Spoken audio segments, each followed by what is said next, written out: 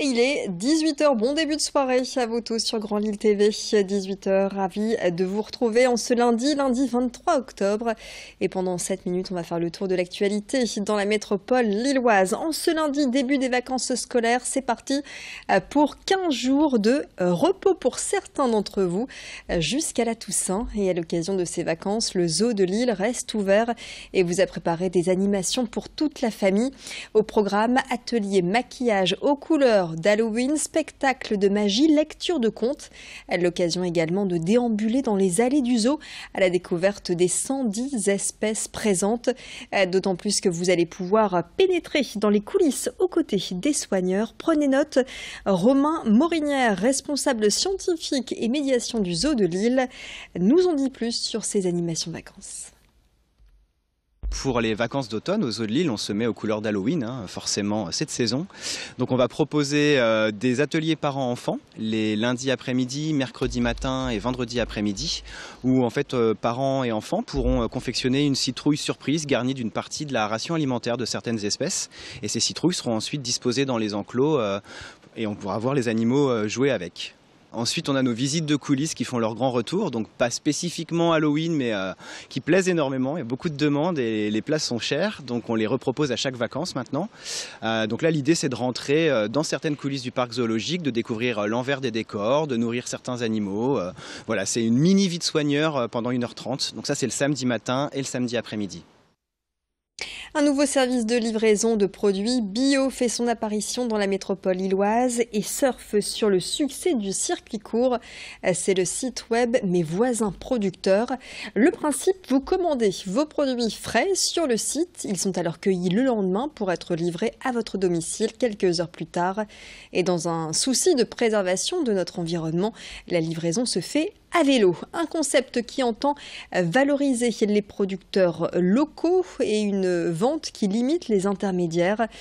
C'est l'idée d'un père de famille de 33 ans, Jérémy Gilbert. Jérémy travaille avec une quinzaine de producteurs locaux.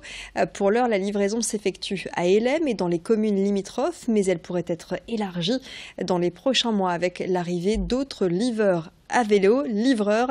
Xavier Silly l'a rencontré. Jérémy Gilbert nous explique la manière dont il choisit les producteurs avec lesquels il travaille. Mes voisins producteurs, ça permet surtout de faire son marché dans son canapé et de choisir vraiment, comme au marché, des très bons produits, des produits qui viennent de la métropole lilloise ou à moins de 50 km, des produits donc très locaux. On est sur l'ultra local, sur l'ultra fraîcheur, c'est-à-dire que le produit que vous commandez la veille va être cueilli dès le lendemain et être livré dès le soir même à votre domicile par un coursier à vélo. Elle concerne bon nombre d'entre nous. La peur des araignées est loin d'être anecdotique.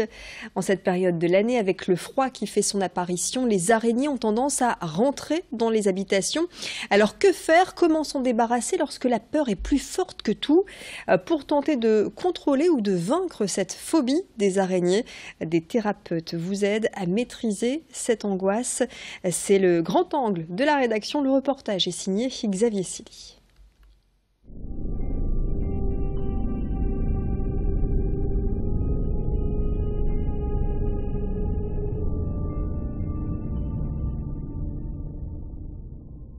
Les températures commencent à chuter et les araignées n'ont qu'un but, aller se réchauffer.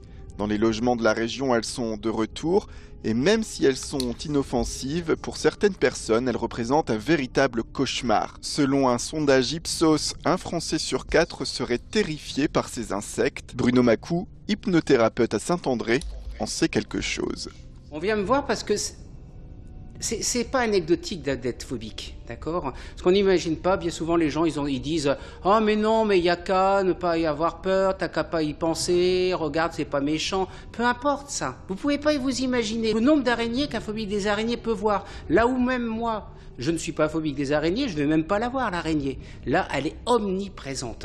Vous imaginez ce que ça peut faire à longueur de journée, à longueur de semaine? C'est très très handicapant. Pour n'importe quel individu effrayé par les araignées, l'hypnothérapie est un moyen aujourd'hui de mieux prendre du recul face à une crainte déraisonnable. Une grosse araignée velue, une mygale qui se ramène vers vous, forcément c'est logique d'avoir peur. On a peur, c'est le mode survie. Par contre, si on n'a pas le choix lorsqu'il y a une petite araignée, là c'est désagréable de ne pas avoir le choix. Donc la technique hypnotique, comme d'ailleurs d'autres techniques qui peuvent être cumulées, par exemple les psychologues comportementalistes, qui est aussi une thérapie très efficace, c'est ouvrir les choix à la personne. Demander à son inconscient de lui ouvrir plus de choix et ne pas toujours se mettre en mode survie, c'est-à-dire en mode angoisse. Bruno Macou va alors s'adapter en fonction du degré de peur des patients pour les soulager. Une ou plusieurs séances sont alors prodiguées. On utilise essentiellement la dissociation. C'est-à-dire que dans cette rêverie un peu hypnotique, la personne ne va pas vivre sa phobie des araignées, c'est-à-dire qu'elle ne va pas être associée à un événement de sa phobie, mais elle va pouvoir se voir en train de se voir regarder une araignée. Je ne sais pas. C'est un peu comme si vous étiez dans une salle de cinéma, d'accord ? Plutôt que d'être le héros qui est dans le film, vous vous regardez dans l'écran de cinéma en train de vivre cette scène où la personne est à la rencontre d'une araignée, par exemple. Les tuer n'est en tout cas pas la solution prônée, car les araignées sont essentielles à l'équilibre naturel. Alors une fois la peur vaincue, reste la solution de la cohabitation ou de les replacer dehors.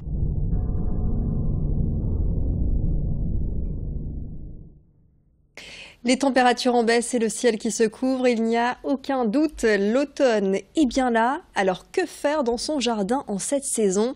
Comment préparer la terre pour que les plus belles plantes et fleurs fassent leur apparition lors de l'arrivée des beaux jours d'ici quelques mois? Eh bien, sachez que c'est le moment de planter les graines et les bulbes. Le mois d'octobre est la meilleure période pour planter. La terre est encore chaude et avec l'humidité, les plantes vont pouvoir bien s'enraciner avant d'affronter le premier hiver. Quelques conseils recueillis dans cette jardinerie par Alexis Tessier.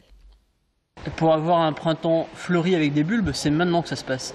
Il faut absolument planter tout ce qui est jacinthe, tulipes, voire les beaux ailes d'ornement à cette période de l'année pour qu'au printemps prochain, que ce soit entre février et juin, on ait toutes ces plantes qui s'épanouissent et qui fleurissent dans les jardins. Mais c'est absolument maintenant qu'il faut les planter pour l'année prochaine en fait. Là, ça ce sont les bulbes de printemps. Ensuite il y a les bulbes d'été qu'on plante à partir du mois de mars. Mais en ce qui concerne jacinthe, tulipes, narcisses, ailes d'ornement, muscari, c'est maintenant. Et c'est la fin de cette édition lilloise. Restez avec nous, l'info continue. Tout de suite les prévisions météo de demain mardi.